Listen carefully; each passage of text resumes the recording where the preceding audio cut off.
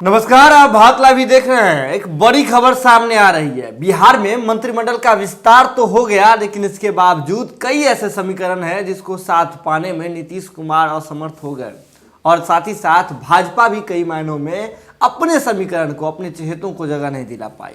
नीतीश कुमार किन किन चहेतों पर अपनी आस लगाए हुए थे, अपना दांव लगाए हुए थे, लेकिन भाजपा के कारण उन्हें अपना मोह भंग करना पड़ा। लेकिन अब बात करते हैं कौन से ऐसे समीकरण हैं जिसकी एंट्री नहीं हो पाई है। दरअसल बिहार की सरकार की बात करें तो इसमें चिराग पासवान एक बड़े अहम फैक्टर के रूप में देखे जाते हैं। चिराग पासवान जिस तरह से आपने देखा होगा कि बिहार विधानसभा चुनाव के दौरान उनकी क्या भूमिका रही थी और कैसे जब उन्हें जो है कम सीटें दी जा रही थी जो उनके लिए और उनकी पार्टी के लिए स्वस्थ नहीं थी, स्वस्थ राजनीति और स्वच्छ राजनीति के लिए और उसको लेकर के आगे बढ़ने लायक नहीं थी, तब चिराग पासवान ने अकेले लड़ने का फैसला लिया था, उनकी पार्टी ने अकेले लड़ने का फैसला लिया था और नरेंद्र मोदी में आस्था दिखाते हुए नीतीश कुमार की नीतियों पर विरोध करते हुए ज्यादातर कैंडिडेट नीतीश कुमार के प्रत्याशी जहां जहां थे उनके खिलाफ उतार दिया था।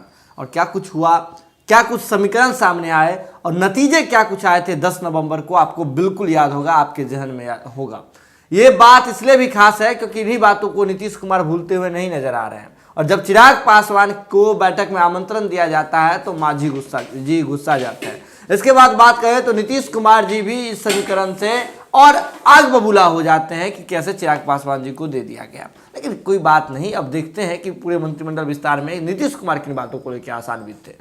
उपेंद्र कुशवाहा के साथ उनकी गुप्त बैठक होती है और बैठक के बाद ये बातें जो है हवा में तैरने लगती है, राजनीतिक जमीन को पकड़ने लगती है कि लव कुश समीकरण एक बार फिर से बिहार में बनेगा और इसको लेकर के नीतीश कुमार ने अपनी पूरी तैयारी कर दी है और उसी रणनीति के हिस्सा थे।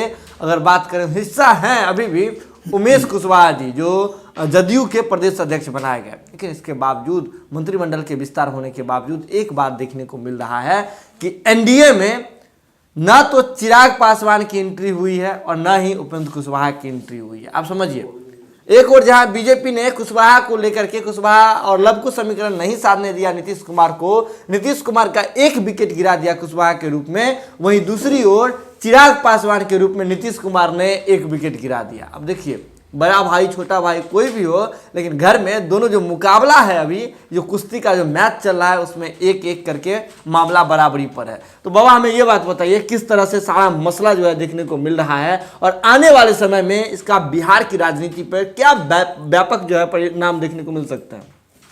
आपने पूरी कहानी कह दी, मेरे कहने लायक कुछ रह नहीं गया है जी। लेकिन आपने जो कहानी कही है वो पब्लिक डोमेन में है जी, सभी लोग इस बातों को जानते हैं। बिल्कुल। कहानी के पीछे नेपथ्य में जो बातें होती हैं जी, ज्यादा महत्व उस बात की होती है और लोगों को क्यूरियोसिटी भी होती है उन चीजों को जानने के लिए। बिल्कुल। बिहार में अब ये लोग जानना चाह रहे होंगे कि नीतीश कुमार जी दिल्ली गए हुए थे जी। नीतीश कुमार जी बार बार कह रहे हैं कि हम तो गए थे भैया, सामान्य मुलाकात थी, कोई राजनीतिक मेरी यात्रा नहीं थी। बिल्कुल। लेकिन मैं फिर एक बार याद दिलाता हूँ कि राजनीतिक व्यक्ति राजनीति करना छोड़ देगा जी नहीं, वो सामान्य मुलाकात को भी राजनीतिक चश्मे से देखता है जी। एक व्यापारी को जब भी आप अपने किसी भी प्रीमाइसेस में किसी भी स्थान पे बुलाइएगा, भले आप सत्यनारायण भगवान की कथा में आप उसको बुलाएं, तो उस कथा में भी अपना व्यापार ढूंढ लेता है। वो अपना व्यापार ढूंढ लेता है। जैसे आप देखिए, गुजरात जिसको कहा जाता है व्यापारियों का राज्य है, जी।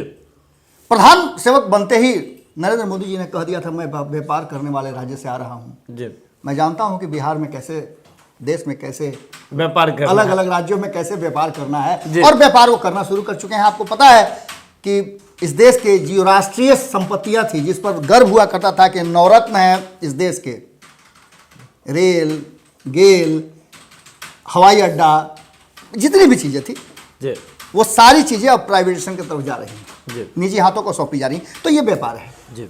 लेकिन इस व्यापार में राजनीतिक व्यापार कैसे हो रहा है और कैसे चीजों को, तथ्यों को भारतीय जनता पार्टी और नीतीश कुमार समझते हैं, उससे आगे की कहानी हो चुकी है कि दोनों ही अपने फायदे और घाटे को लेकर के पूरी तरह से एकदम एक जगह पर आ गए हैं और चर्चाएं शुरू कर चुके हैं और उस वक्त फैसले भी लेने शुरू कर चुके हैं। जी बिल्कुल। आपने बहुत अच्छी बात कही कि चिराग पासवान ने जो कुछ भी किया, उपेंद्र कुशवाहा ने, दोनों एक ही किश्ती पे सवार थे। जी।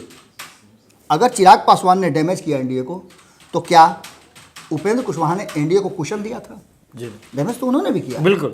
जितनी सीटों पे उन्होंने खड़ा किया था लगभग उतनी ही सीटों पे उपेंद्र कुशवाहा ने भी किया था। और उन्होंने तो साफ तौर पे कहा था कि बड़े भाई मझले भाई को दे दिया, आप छोटे भाई को दीजिए आप। जी मुख्यमंत्री के उम्मीदवार भी थे, दावेदार भी थे। जी बिल्कुल।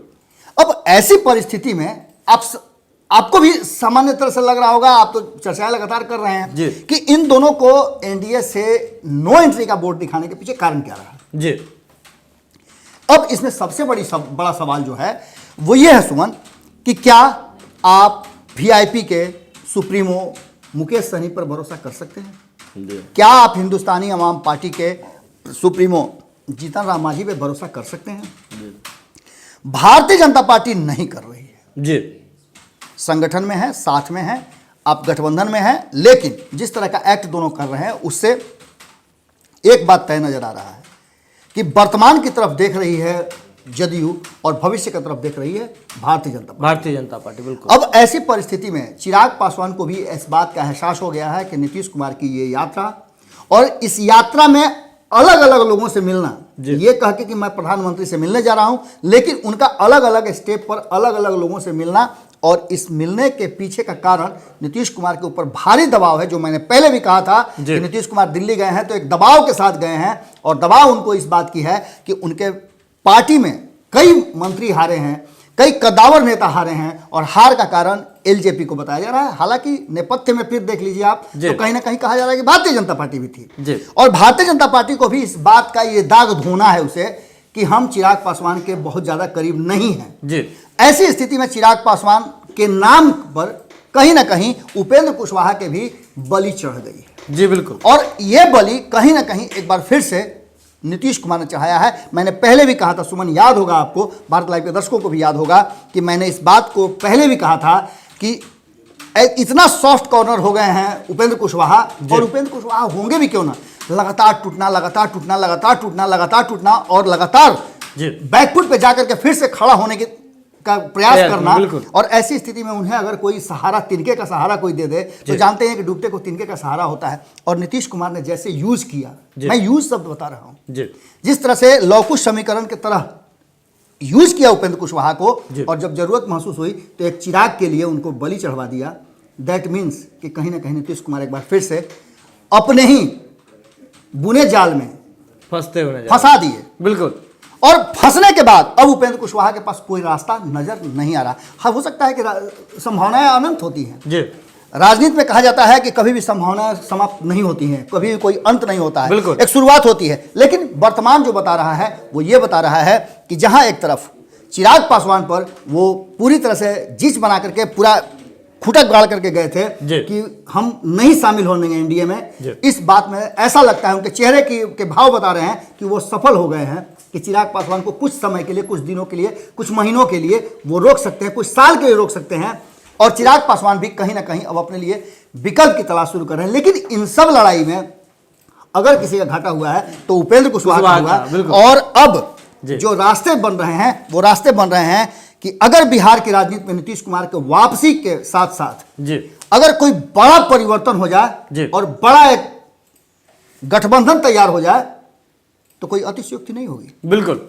अब देखिए, बाबा ने एक बड़ी बात बता दी है कि बिहार की राजनीति की जो हवा है वो फिर से हो सकता है कि बदल जाए, क्योंकि एक चिराग पासवान है जिसको लेकर के नीतीश कुमार ने अपना विरोध दर्ज किया और इसके बाद जो भाजपा का जो खेमा है उन्होंने भी जो अपना विरोध जो है धीरे से आहिस्ते से नीतीश कुमार और उपेंद्र कुशवाहा की मीटिंग के बीच में सेंधमारी करके लगा दिया। और कहीं ना कहीं इसका जो घाटा है सीधे तौर पर एक ओर जहां Chirag Paswan wait and watch की स्थिति में अभी भी लगातार बने हुए हैं, वहीं दूसरी ओर उपेंद्र कुशवाहा की बात करें तो सीधे तौर पर जो वर्तमान और तत्कालिक जो घाटा हुआ है वो उपेंद्र कुशवाहा जी का हुआ है। तो बने रहे भारत लाइव के साथ, खबरों का सिलसिला लगातार जारी है। अगर आपने खबर देख लिया तो जरूरत है इसे शेयर करने की, शेयर करके अन्य लोगों तक पहुंचाने की। बहुत बहुत धन्यवाद। अगर ये वीडियो पसंद आई और वह बिहार के राजनीति और बिहारियत से सरोकार रखेनी तो सब्सक्राइब बटन दबा के चैनल के सब्सक्राइब कर ली।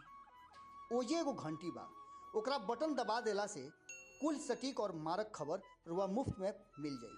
अगर रुआ पत्रकारिता के हमनी के नया प्रयोग में सहयोग कर चाहतानी तो ज्वाइन बटन दबा दी। पेटीएम नंबर नोट कर ली 9386816700। धन्यवाद।